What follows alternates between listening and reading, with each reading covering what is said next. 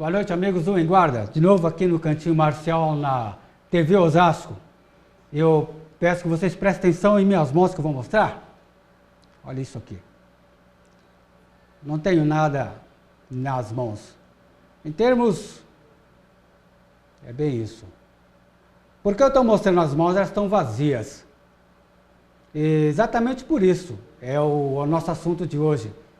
Estou aqui com o Shihan, Luciano Fernandes. Karatê significa mãos vazias, Luciano? Isso, Karatê significa caminho das mãos vazias. E é esse sentido da arte, ou seja, fazer do corpo uma máquina de combate, ou seja, a defesa pessoal usa a própria estrutura do corpo. Isso, a gente utiliza todo o nosso corpo como uma arma defensiva e ofensiva, né? O Karatê, o Shihan é professor? Shihan é mestre. Mestre. Shihan é mestre. Tem alguns nomes que nós ouvimos, Sensei. Sensei é professor. Professor. Shihan é mestre. Mestre Luciano traz uma doutrina do Karatê que é uma arte marcial japonesa e é uma arte extrema, é muito duro o Karatê, não é verdade? Tem essa imagem de uma arte marcial muito eficaz. Isso. Nós temos o Karatê tradicional, né, de ponto, e temos o nosso que é o Karatê Kyokushin, que é o Karatê de contato, o Karatê Full Contact, né? O full contato total é o kickboxer, seria isso daí? Isso, em termos de luta, é bem próximo, só não tem o soco no rosto e a gente não utiliza a luva. E o professor, de onde você é, professor Luciano? Sou de Osasco mesmo. Osasco, dá aula na cidade, claro, tem academia aqui em Osasco. Dou aula em Osasco e dou aula em Carapicuíba e dou aula em Barueri também, né?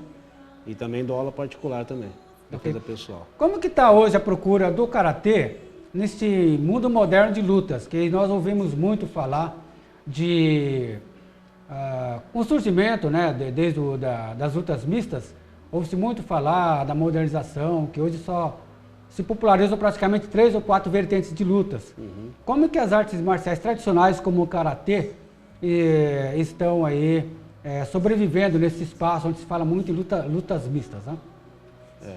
Bom, no caso do próprio Karatê em si, em outras modalidades, até como o Kung Fu também, que é bem tradicional, tá havendo muita procura de jovens e crianças, né? Então as mães estão mais preocupadas com a educação do filho, o bem-estar, o trabalho mental, o trabalho de coordenação motora, do que em si a luta, né? Então nós estamos tendo muita procura de crianças e jovens. O Karatê, o Kyokushin, apesar de ser uma luta, assim, apesar que eu digo, é uma técnica voltada para o combate, ele mantém uma linha de tradição, digamos, dos ancestrais, dos patriarcas japoneses. Isso, que a gente chama do Budô, né? E a nossa linhagem do Kyokushin a gente mantém também a termologia japonesa, os katas, né? Nossos campeonatos têm os katas seriam as formas, vou explicar para os nossos amigos, né? Os katas, você pode explicar o significado dos katas, por exemplo? O kata significa luta imaginária, que é você se imagina numa situação real, né, lutando contra o adversário, mas na verdade o kata você está lutando contra si mesmo. Seria no boxe ou nas artes de boxe, de pugilismo, seja qual for o pessoal faz muita sombra, é isso que eles falam, sombra. Sombra que é aquele movimento que o pessoal vê muito nos filmes, né? O pessoal vai lá e fica até de frente para o espelho. No pugilismo ele está trabalhando o que seria, guardadas as proporções, o movimento do kata, quando o atleta está ensaiando os seus movimentos de golpes. Estou certo em falar isso ou não, professor? Não, porque no boxe ou no kickbox eles fazem também a sombra, que é no espelho, né? Não. O termo sombra é porque eles treinavam na sombra mesmo. Né? E depois veio o termo espelho, que ao invés da sombra eles começaram a utilizar um espelho para movimentação. Então o que acontece? No boxe eles utilizam aquilo, mas são movimentos livres.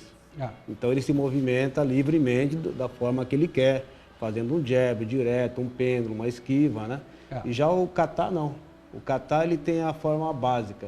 Então você tem um movimento que você tem que começar para a esquerda, ir para a direita, a altura do soco, a altura do chute, o tempo do movimento. Então tem momentos que são 8 segundos, movimentos tão rápidos, né? Então movimento na altura do rosto, movimento na altura do abdômen, na altura da coxa.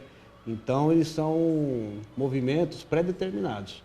Agora Todas já essas sombra técnicas, é desculpe, leve. todas essas técnicas têm nomes que vocês dão dentro da escola. O atleta ele vai treinar, ele vai aprendendo, se familiarizando até com o idioma, o comando do idioma em japonês. Sim, a princípio, no começo, a criança, o adulto aprende a contar em japonês, né? E depois os nomes também. Seiken Chudanzuki, Seiken Jodanzuki, Maegeri, Mawashigeri, Ushiro Mawashigeri, Tobirindangeri, até chegar no movimento mais avançado, né? Shutono Kamai, Shotei Sayuke. Então, todos esses movimentos a gente vai explicando palavra por palavra o significado de cada palavra. Você fez movimento de mãos, cada movimento de mão que você fez, você deu um nome. Isso. Por exemplo, a variação de soco alto, soco baixo, soco... não é só um soco. Não. Você direciona uma técnica a um porquê disso daí. Isso. Então, por exemplo, Seiken Chudanzuki. Então, Chudan é meio. Então, você direciona o seu soco na altura do seu abdômen. Seiken Jodan. Jodan é alto. Então, você direciona na altura do meio dos seus olhos. E Gedan seria embaixo, né? Na altura da coxa, né? Então, cada movimento tem o seu nome e muitas vezes só uma palavra. Então, por exemplo, Seiken Gedambarai é com a mão fechada. Shuto Gedambarai é com a faca da mão, né? Então, a gente vai explicando isso e quando o aluno chega na segunda, terceira faixa, todo nome que vem novo, para ele já não é uma novidade. Por quê? Porque às vezes só muda uma palavrinha. Uma palavra, aí só vai... Então, ele já assimila e ele fala, pô, se tem Geri, significa que é um chute, eu não sei qual, mas Geri é chute. Mai é frente, Yoko é lado ou lateral. O Shiro é para trás. Então ele já começa a ir assimilando a partir da faixa azul, amarela e verde. As artes marciais tradicionais, ela tem, assim, digamos, um charme para a cultura ocidental, que a gente escuta, que as pessoas, os pais procuram. Uhum. Em razão, assim, eles falam filosofia, né? Falar, a gente procura, quero meu filho e tal, porque tem tradição, tem história. O karatê que você defende tem esse conteúdo, eu sei disso, né? E como que isso você passa isso para o aluno ao mesmo tempo que ensina esse aluno, essa criança, a arte do combate? Então, a gente tem, dentro do karatê, a gente tem o chamado Dojokun, que é juramento da academia. Então, a gente passa esse Dojokun para as crianças, ou para o jovem, ou para os adultos, explica o significado, né, e tenta fazer com que eles coloquem isso dentro da sua vida pessoal, fora da academia.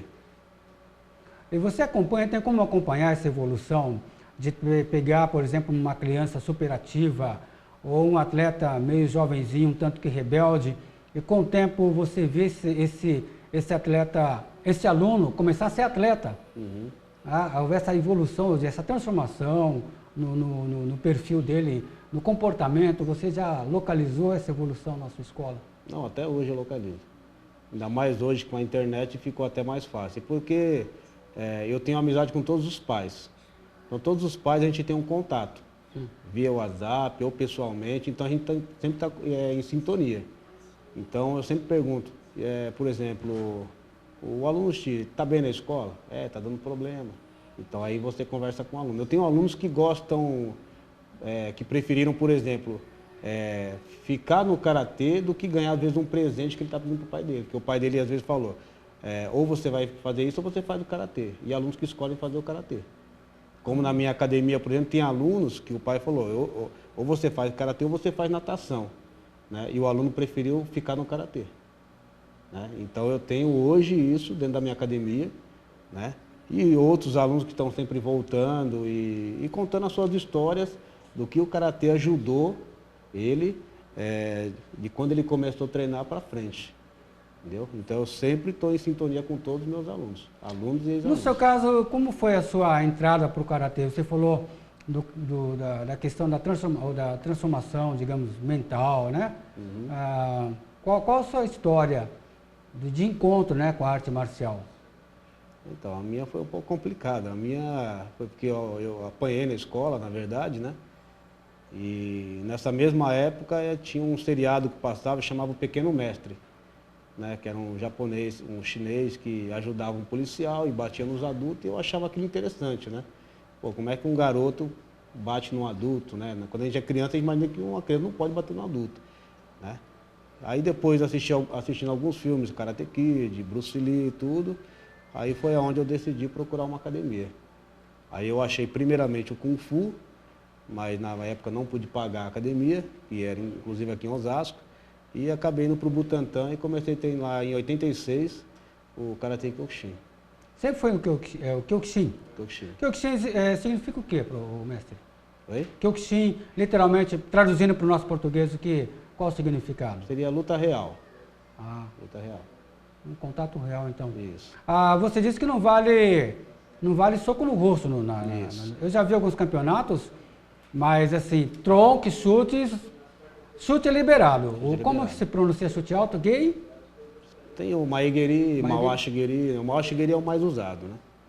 O que diferencia o nosso karatê das outras modalidades é esse chute. Ele é um chute rodado, é um chute frontal, como que é isso? É um chute semicircular. Semicircular. Né? Só que a gente não deita o corpo, como por exemplo o taekwondo deita, por exemplo. Então o taekwondo ele dá esse chute, ele deita o corpo, né? O karatê Shotokan, Goju também dá uma inclinada no corpo e a gente já fica o mais em pé possível. Então a gente fica em pé. Então várias academias que você vê, o logo deles tem um chute do Mawashi-geri. Ou até quadro, né? Você vai na academia de Kyokushin, você sempre vai ver um quadro com um professor, um mestre dando um Mawashi-geri. O fato de estar com o corpo reto quando você chuta, você está falando de ângulo.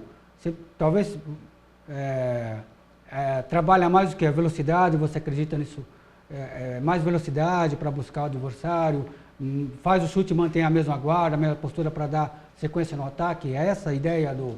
Porque na verdade o chute ele foi criado, quando o Oyama criou esse karatê, ele criou para os mais fracos, né? E os mais baixos também. Então o que acontece? Então ele acreditava que você, nesse ângulo, em pé, né? E você chutando alto, você teria mais apoio, ao invés de você inclinar o seu corpo para trás, né? Em algumas modalidades você inclina o corpo para trás, que é para se manter longe de uma pontuação. Assim como, por exemplo, o Muay Thai, ele dá a joelhada e põe o corpo para trás para não poder tomar um jab, um direto ou um cruzado. Entendeu? E já como nós não temos o soco no rosto, então nós podemos ficar com o corpo mais em pé, porque a gente não tem o perigo de tomar um soco no rosto. O mestre Oyama é aquele mestre lendário que derrubou, nocauteou um touro, é isso? Isso. Rapaz. Inclusive no YouTube tem o vídeo também. Tem um vídeo? Vamos ver se a gente consegue colocar esse vídeo no ar aí para ver o mestre Oyama nocauteando um touro. Isso. E tem também um filme que foi feito em homenagem a ele, né? Sim, aliás, eu assisti esse filme. Já, né? Vi, Oyama. Bom, nós vamos fazer o segundo bloco daqui a pouquinho. E o mestre Luciano vai continuar falando do karatê e vai mostrar algumas coisinhas pra gente. Retornamos já. É um round.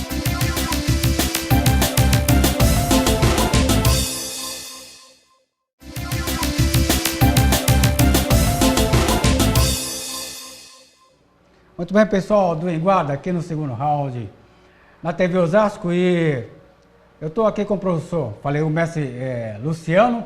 Eu digo para você que é um casca grossa, tem um corpo, é uma arma. Mas por que começa a treinar desde os anos 80, não é isso, professor? Isso, 1986. 1986, e desde então só levando golpes. Quer dizer, eu digo levando golpes porque ele contou que para fazer aquecimento do treino, junta lá o pessoal e começa a dar soco, é isso, professor? Isso. Quer dizer, já vai, o aquecimento de você é na pancada. Sim, na pancada. Tá. Até porque a luta, propriamente que a gente vê, a luta é de contato mesmo. Como que funciona? Você pode ficar de frente, professor? Posso. Funciona, a gente vê nos vídeos lá, um pouquinho mais para cá, para o pessoal de casa ver. A posição de guarda dele é terrível. Parece que, bom, não pode acertar o rosto. Com as mãos, não. Só com as pernas. Aí o pessoal vai na luta, é curta distância e é direto isso daqui, o trabalho. Você tem ideia de quanto soco você dá numa luta? Como eu chuto muito, eu dou em torno de 30% de golpe de braço e 70% de perna, né? Mas eu calculo assim, por minuto, uma média de pelo menos, eu solto 50 socos pelo menos. 50 socos, pode mostrar para eles aqui uma das técnicas de soco que você usa ou no karatê ou na aula. Isso. Como você faz? Na aula a gente faz o movimento parado, né? Seria esse aqui. Ou Ok. esse. Soco alto, tudo. Aqui. E os movimentos variados. De defesa, defesa, defesa, defesa, defesa dupla, movimento duplo, movimentos circulares, defesa mão aberta, defesa, defesa, defesa, defesa. Ok. Quando você fala, alguém procura para você e fala, mas o karatê, ele funciona como defesa pessoal? O pessoal pergunta isso para a arte, que fala que Kung Fu é dança, fala que arte marcial, que hoje o pessoal fala que só o MMA que vale, né? E a gente ouve muito por aí. Mas o karatê, ele é eficiente na defesa pessoal? Muito. Muito porque eu trabalho com defesa pessoal justamente com o karatê. Então, através do karatê que eu dou aula de defesa pessoal. Só defesa pessoal. Quer dizer, que é uma arte tão antiga, é impossível a gente achar que se funcionava na época de luta corporal, de guerra armada, por que hoje não funcionaria? Na verdade, hoje é a moda, né? O pessoal vai muito pela moda. Então, às vezes as pessoas chegam na academia e falam, você tem Muay Thai? Eu falei, Muay Thai eu não conheço. Muay Thai é difícil, né? Ou quando fala Kung Fu, né? Kung Fu também é difícil. Então, quer dizer, então você já vê que a pessoa está atrás porque viu um filme ou porque viu na televisão, aí o outro vem no karatê porque ouviu uma Machida, né? Então, na verdade, você tem que vivenciar, você tem que ir na academia, ver se você gosta da aula, ver se você gosta do professor, da turma, do ambiente. E se você se sentir bem ali, não importa a modalidade que você vai fazer. Porque arte marcial, defesa pessoal, é igual um extintor. É uma coisa que nós precisamos ter, mas você nunca vai querer usar. Legal o que você está falando, né? É importante isso daí. Até no sentido dessa busca que a pessoa faz empurrado pela mídia, né? Vai fazer alguma coisa porque a mídia está mostrando, seja em qualquer tipo de programa, a turma fazendo aquele tipo de luta, eu vou fazer. E em geral pode nem ser aquilo, a pessoa pode se dar melhor fazendo dança do que fazendo uma luta que ele viu na televisão, mas vai motivado pela mídia. Isso, na academia a gente vê isso, né? As pessoas falam, eu não vou fazer ali porque só tem mulher, eu não vou fazer ali porque só tem homem, né? Então a gente tem que ver assim, aonde nós nos sentimos bem. Se você se sentiu bem naquela modalidade, ali é o seu lugar, entendeu? Ali é o seu lugar, seja no Kung Fu, na capoeira, no Jiu-Jitsu, no Muay Thai, ou no Hapkido, no Kickboxing, né? Então você tem que ver onde você vai se sentir melhor. Cada modalidade teve a sua época. O karatê teve sua época na década de 80, o Kickboxing entre final de 80 e começo de 90, o Kung Fu desde a década de 60 e 70, né? E depois veio por causa do UFC, aí veio o Jiu-Jitsu, né? E agora tá o Muay Thai, né? Então assim, tá tendo as modas, né? Isso. Então o que acontece? Eu não sigo a moda. Eu sigo a minha tradição. O que eu gosto é o karatê. Falando em karatê no Brasil, como que está o nosso mapa do karatê no Brasil no cenário mundial? Né? Porque a gente ouve que há muitos campeonatos no Japão, campeonatos internacionais, grandes federações. Queria que você situasse a sua escola, o Kyokushin, nesse cenário mundial. Como que está a nossa participação, né, de karatecas aí? Porque a gente sabe que o karatê é uma modalidade que está aí pleiteando uma vaga olímpica. Ele está para ser, não olímpico exatamente, mas entrar com uma apresentação em 2020, né? Mas não é só o karatê, são outras modalidades também. E se entrar em 2020, não vai ranquear no quadro de medalhas, né? Mas vai propagar muito o karatê e a procura vai ser muito maior. Mas está para entrar a regra de ponto e a regra de full contact, que é o Kyokushin. E, em termos de atleta, como que? Você é um competidor, então como que hoje nós estamos atletas? Vai competir fora, vai competir no Japão, tem campeonatos grandes aqui no Brasil. Como que está o trabalho da Kyokushin? Não, o trabalho da Kyokushin é assim, no Brasil são várias organizações, né? Então, por exemplo, dia 29 de novembro agora nós temos o nosso Campeonato Brasileiro. Né? Então, provavelmente vem também o pessoal do Chile que quer participar com a gente e estamos vendo com outros países da América do Sul que também querem participar para conseguir ranquear aqui no Brasil. Mas lá fora também, a gente tem vários campeonatos, tanto sul-americano, como mundial e Copa do Mundo. Né? E o Brasil sempre foi bem representado. Né? E nós somos, aqui no Brasil, nós representamos a Kyokushin da IFK, né? Que é essa organização aqui. Tá. Que é a Federação Internacional de Karatê e Kyokushin do Brasil. Né? Mas aqui nós somos Kento Ryukai. Né? Então a Kento Ryukai é uma organização. O estilo de Karatê é Kyokushin. Então muitas às vezes as pessoas confundem. Elas não sabem o diferencial, o que é Kyokushin e o que é uma organização. Então muitas vezes a organização chama, por exemplo, nós temos a Kyokushin Kaikan. Kyokushin Kaikan é a organização. O estilo de Karatê é o Kyokushin. É a mesma doutrina, a ordem de graduação, o sistema de avaliação de faixa. Entendi. Né? Então tudo, por exemplo, se eu sair hoje da Kento Ryukai e for para uma outra organização, lá eu sou quarto dan ainda. Quer dizer, porque o conhecimento não muda. Entendi. Né? O Kyokushin, ele é intocável, ele está ali e continua. Isso. Ele pode mudar a bandeira, digamos assim, de filiação. Isso. É como se você trabalhar muito tempo numa loja fazendo um sanduíche, aí você vai para uma outra loja, você muda o nome da loja, mas continua fazendo o sanduíche. A mesma quantidade, a mesma espessura, o mesmo valor, só mudou o nome da loja. No Japão, quem domina, imagino eu que seja assim, algumas federações no Japão, como que parte de lá para cá essa organização, mestre? Então, por exemplo, aqui nós temos o professor Johnny, né, o sensei Johnny Sakuramoto, que cuida das relações internacionais junto com o sensei Felipe, né? Então o que acontece? Então eles fazem todo esse trâmite. Então as nossas faixas, diploma, certificado, cartão de filiação do aluno e do professor, todos vêm de lá. Então a gente tem tudo através de e-mail, através de telefonema, né? E que a gente faz todo esse trâmite e depois eles mandam nós mandamos a documentação para lá e eles mandam para a gente. Quer dizer, tudo pianinho. Isso. Então, por exemplo, eu tenho o meu cartão, né, que fica na minha academia, então eu tenho um cartão de filiado com a IFK. Então o que eu faço? Manda toda a documentação para lá e eles mandam o cartão via correio, via Sedex e mandam para a gente. Perfeito. Agora você falar para o pessoal que está em casa, que nunca já ouviu, já conhece, já viu filmes, nunca fez uma aula de Karatê. O que você passa para o aluno que está... Por exemplo, eu estou começando a treinar agora. Sou seu primeiro aluno, minha primeira aula.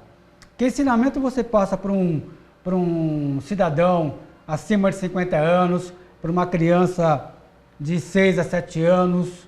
Claro que você vai colocar cada um no seu devido, na sua devida área de ringue. Mas que mensagem você dá para quem quer começar a treinar e tem medo de treinar? Então, a mensagem que a gente passa é o seguinte, né? É que para a criança a gente mostra primeiramente que o que ela vai aprender ali não é luta. Né? Ela primeiro tem que aprender disciplina. Então ela tem o tempo para tomar a água dela, ela tem uma forma de sentar, então ela começa a ver que ali tem uma disciplina. Né? Vamos abrir parênteses. Você falou uma coisa que a gente vê muito. A criança, ela entrou, é dojo que fala? Dojo. Dojo, é a área de treino, né? Isso. Entrou no dojo, ela tem uma postura certa para estar sentada. Isso. Ok. Se ela precisar tomar água, ela tem um tempo certo para isso. Isso. Seria legal os pais prestarem atenção nisso, né? Porque Por exemplo, desculpa, se a criança falar, por exemplo, professor, eu vou tomar água. Eu falo, não é professor, eu vou tomar água. Shihan, posso tomar água? Então eu ensino para eles que eles não tem que me avisar que vão tomar água, que vão no banheiro. Eles têm que me perguntar se eles podem ir ao banheiro, se eles podem tomar água, se eles podem descansar um pouquinho. Então é sempre na forma de pergunta, e não na forma de afirmativa. Né? Então ele não pode falar assim, eu vou sentar. Não, ele tem que falar, Shihan, posso sentar? Se me chamar de professor, eu vou corrigi-lo. Eu vou falar, não é professor, como é que fala? Shihan. Quando eu falar com você, como é que você responde?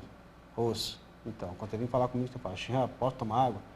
Se eu falar que pode, você fala osso, aí você vai lá e toma água. E tem aquela criança, a gente fala de criança porque hoje a gente percebe o quanto são superativos, a criança com celular, ganhando celular já com 3 anos de idade, já tem quase Então a criança fica num mundo virtual e quase que batendo de frente com questões de respeito, de tradição, que é uma situação realmente que a gente acompanha por aí e não chega a ser preocupante, mas é interessante ver como que hoje, assim, digamos, entre aspas, uma certa rebeldia por conta dessa modernidade. Hoje é tudo muito fácil, tudo no controle da mão.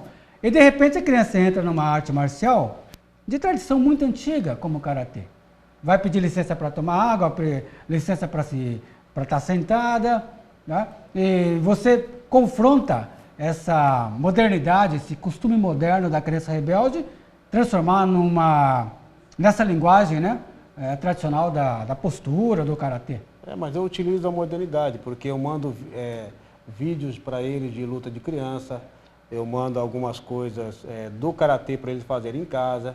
Então eu tento vincular a internet com a aula de karatê também, para que eles possam, quando eles estiverem na internet, que eles também se interessem em ver alguma coisa relacionada ao karatê. O pessoal mais antigão, que às vezes gostaria de dar uns pouquinho de soco e tem mais familiaridade com o karatê, qual a sua mensagem para eles, mestre? Então, que independente da sua idade, do seu problema, sempre há a possibilidade de você treinar uma modalidade de arte marcial, seja ela qual for, entendeu? Você pode não fazer isso, mas você vai conseguir fazer aquilo. Então, você nunca pode falar assim, eu não vou conseguir fazer nada. Você sempre vai conseguir fazer alguma coisa. Então, eu sempre tento passar para eles que eles sempre vão conseguir atingir um objetivo. E onde o pessoal te encontra? Me encontra em Carapicuíba, no ginásio Tancredo Neves, também no ginásio Ayrton Senna, em Carapicuíba, e na Academia Essencial Fitness, no Jardim Joelma, aqui em Osasco. Tem algum telefone tranquilo aí para deixar pessoal? Tem o meu, que é o 11 98567 3284. É o mesmo número do WhatsApp também. Karatê Kyokushin é da Federação Internacional e Karatê Kyokushin, a IFK, e Kento Ryukai no Brasil. Lembrando que você falou que na semana teve um dia mundial do Karatê, é isso? Isso, foi na quarta-feira. Quarta-feira, dia 7, foi o dia mundial do Karatê. Então a gente parabeniza todos os karatecas aqui na presença do Shihan. Prazer tê-lo conosco aqui, Shihan. Agradeço. E vai retornar com a gente aqui, com alguns atletas aí, para mostrar fazer uma demonstração prática aí da sua aula. Pode quebrar uma barra de gelo. Aê! Quebra o estúdio, quebra tudo aqui. Tá verdade. A gente agradece bastante, Shihan. Os. Os. Tá? Pessoal de guarda, a gente retorna aqui a semana que vem. Somos nós.